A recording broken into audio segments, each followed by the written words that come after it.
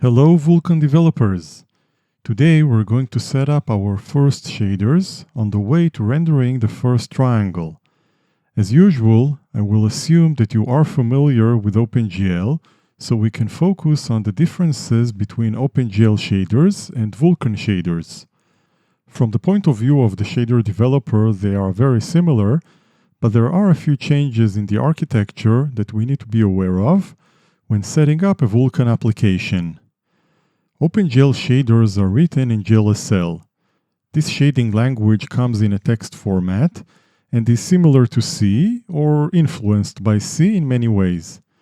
The specification of GLSL is maintained by Kronos, and other than that, the hardware developers are free to compile it in any way they see fit.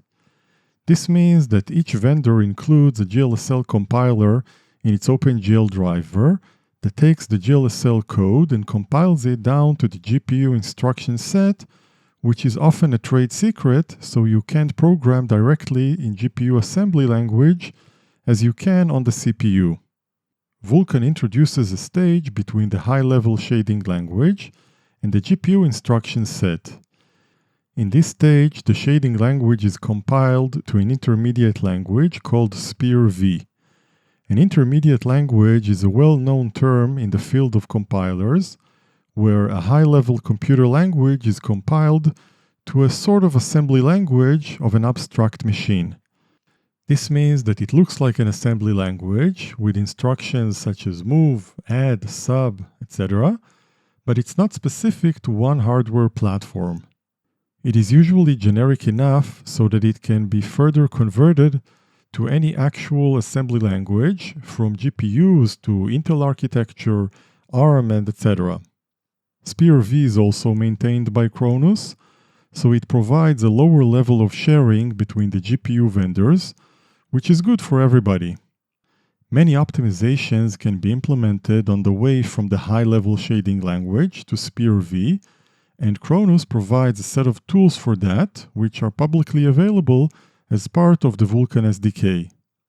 In this architecture, the minimum work that a vendor needs to do is to convert from SPIR-V to their own GPU instruction set.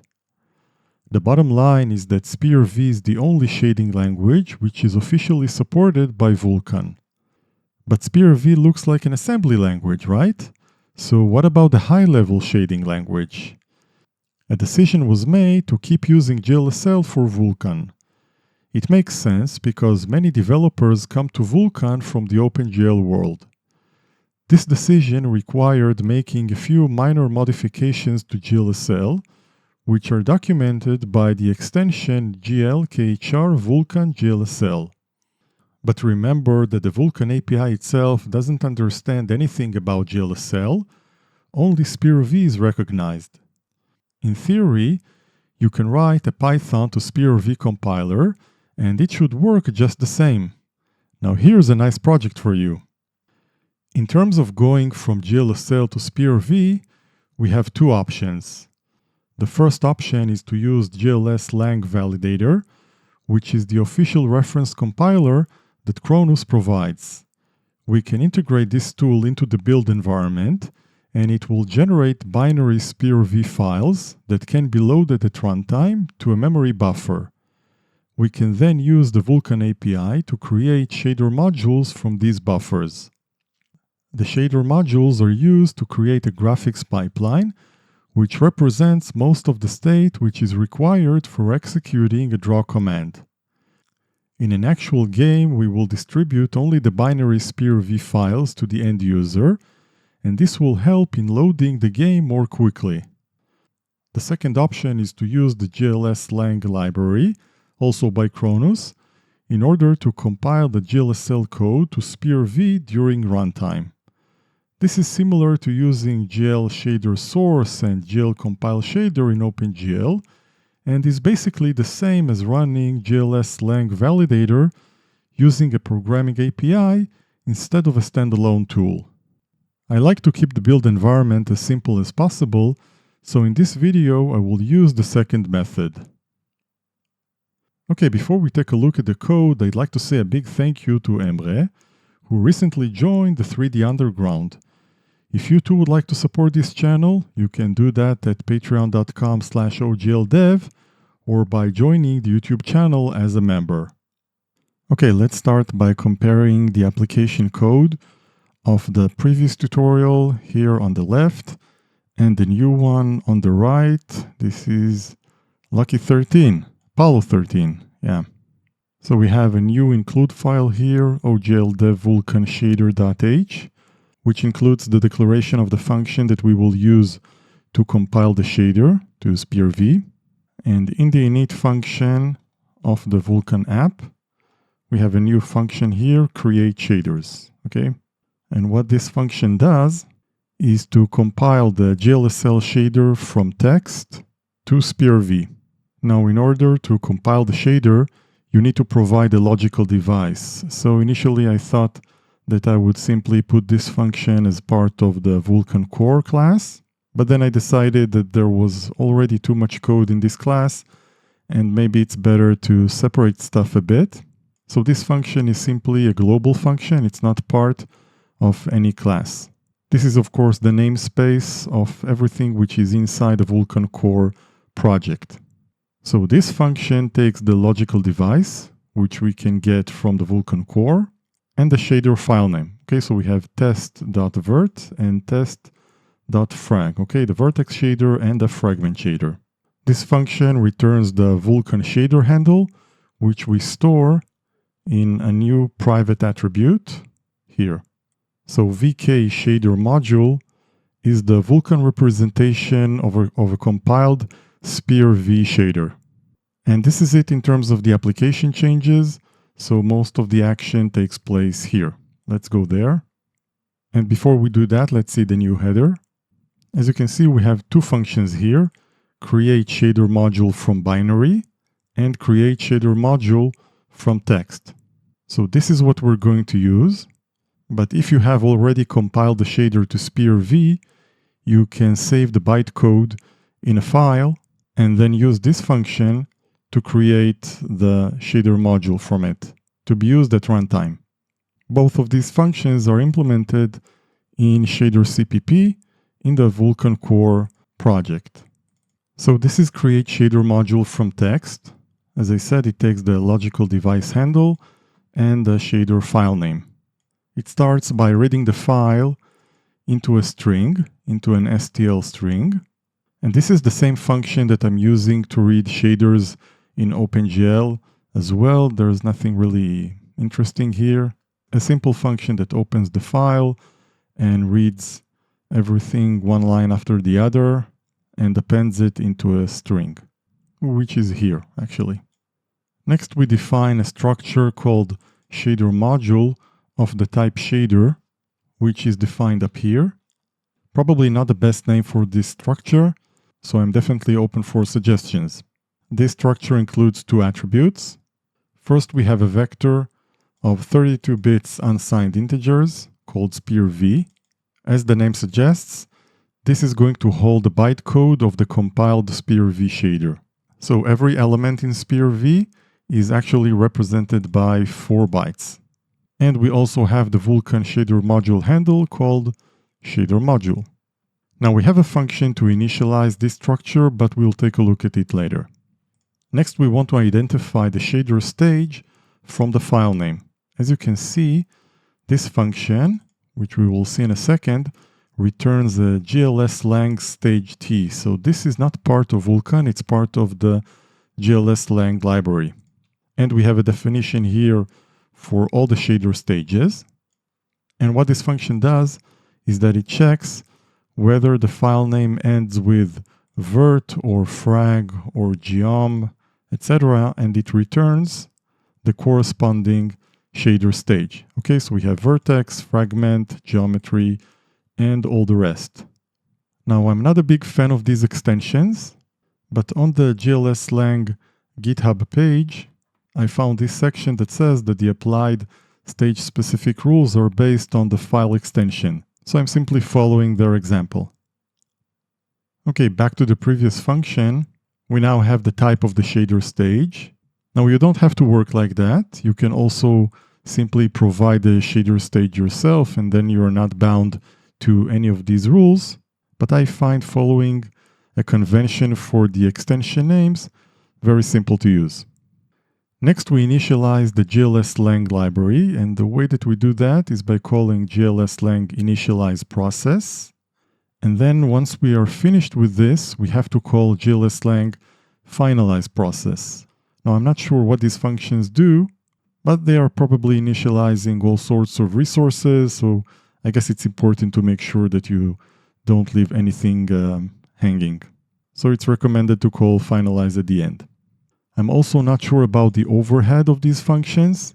So basically, as you can see, we're going to initialize and finalize for every shader. And if you have a lot of shaders and this overhead is significant, then you might get some delay here. So this is something to remember. If you experience slowness when compiling your shaders, you may want to check whether this is causing an overhead. Perhaps you can simply call this once, then do all the compilations of all the shaders and then finalize once at the end. I'm assuming that this will work, but I haven't checked it myself yet. So the actual compilation takes place in this function, compile shader, which takes the device, the shader stage, which we got here, the shader text. As you can see, we extract the C string from the source string, and we provide a shader module, which is the structure with the SPIR-V array and the Vulkan shader handle. So this function is defined here. Now the truth is that I'm not an expert on everything that goes on here. This function is mostly a copy-paste from the GLSL example. As you can see on their website, they provide a sample code for C. So my code is pretty much a copy-paste of this. So we start by defining a GLSL input T structure. As you can see, we have tons of stuff here. The most important pieces are the shader stage, which is a parameter to this function, and a pointer to the shader code. So this guy is a const char pointer, which is why we extracted the C string from the C++ string here. All the rest is hard-coded. We have the language here, which is GLSL. Client is client Vulkan, all kinds of versions. The target is SPIR-V. Again, I'm not an expert. This simply works, so I didn't ask any questions. Next, we call GLSL shader create, which takes the address of this big structure and returns a pointer to shader T. So I guess this is kind of like calling GL create shader in OpenGL. Next, we do some pre-processing here and parsing. Both these functions take this shader pointer and the address of the input structure. And then we create a GLSL program. Okay, so we get a program T, GLSL program T pointer, and then we add the shader to this program. So I guess what this does is that it allows you to compile or create the shader module from several source files. But again, I haven't tried this. Right now, all my shaders are contained in a single file per stage. Next, we link the program. Again, very similar to OpenGL. Now notice that if any of these functions fails, then we have this piece of code which prints some information about the failures. Again, copy-pasted from the original sample. So if the program was linked correctly, we call GLSL program SPIR-V generate, which I guess generates the SPIR-V bytecode for this program and for this shader stage. Now that the program is ready, we call initialize on the shader module structure. Remember, this is a parameter that we got on this function right here. And notice that it was passed as a reference. So the initialize function takes the handle of the program, and it uses that to get the size of the program, which is the number of 32-bit unsigned integers. So now we resize the SPIR-V vector according to the program size, and we extract the bytecode itself by calling GLSL program SPIR-V get. This function takes the program handle and an address of an array which is large enough to contain all the bytecode. And we are not supposed to get a memory overrun here because we have resized the SPIR-V vector according to the size of the program. So back to the calling function, we're now going to use the Vulkan function create shader module to create a VK shader module handle from the SPIR-V bytecode. So this function takes the device as the first parameter. This is actually the only place where the logical device is required here. The second parameter is the address of a shader module create info structure. As always with Vulkan, we have some sort of a create info structure. Null for the allocator, and an address for the returned shader module handle. So this structure has the handle here in the second parameter, so we provide its address here, and then Vulkan is supposed to populate it. Now this structure contains two important pieces of data. First, it has the code size in bytes. Okay, so to calculate it correctly, we need to get the size of the array and then multiply it by the size of a 32-bit unsigned integer, which is of course 4. So remember to include this multiplication for it to work correctly. The second element is a pointer to the SPIR-V bytecode, which we can get by calling data on the SPIR-V vector. This simply returns the address of the first element in the vector. Next, we delete the GLSL program and the shader. We don't need them anymore now that we have a Vulkan shader module handle. These guys are simply intermediate compilation results, so it's probably better to simply get rid of them. And finally, the function returns a Boolean flag for success or fail. And we do that by checking whether the size of the array is greater than 0. Let's go back to compile shader from text. Theoretically, all this function needs to return is the Vulkan shader module handle, and since we have that in this structure, we can simply return it at this point, but we want to do something extra. If the compile shader function was successful, we want to write the SPIR-V bytecode to a file. So we concatenate .spv to the file name, and we use this utility function writeBinaryFile to write the SPIR-V vector to a file with this extension. So this function takes the name of the target file, an address of the data that it needs to write, and the size of the data. And as you can see, it looks like I have a bug here because I forgot to multiply it by the size of this guy. So at the end of this function, we return the Vulkan shader module handle, which is initialized to null. And if compile shader was successful, we set it to the shader module element in this structure. And this is of course the same type, right? VK shader module. So at the end of this file, we have the other function which creates shader modules from binary. It also takes the handle of the logical device and the file name. This time we use readBinaryFile instead of the previous read file, which reads text files. This function returns an array of bytes, which must be deallocated using free when you're done with it. Okay, this is my own utility function. You can use anything that you want here. This function also returns the size of the data in bytes. This is the code size here. So we can use that directly to initialize the shader module create info. Okay, so we have the size and the pointer to the bytecode here. Next, we do the same thing of calling create shader module, and we return the handle which this function populated. So now we have a Vulkan shader module handles for our vertex and fragment shaders, and we stored them in the class. We haven't actually looked at the shaders, but we will do that in the next video, where we will create a graphics pipeline object to which these shaders will be attached to.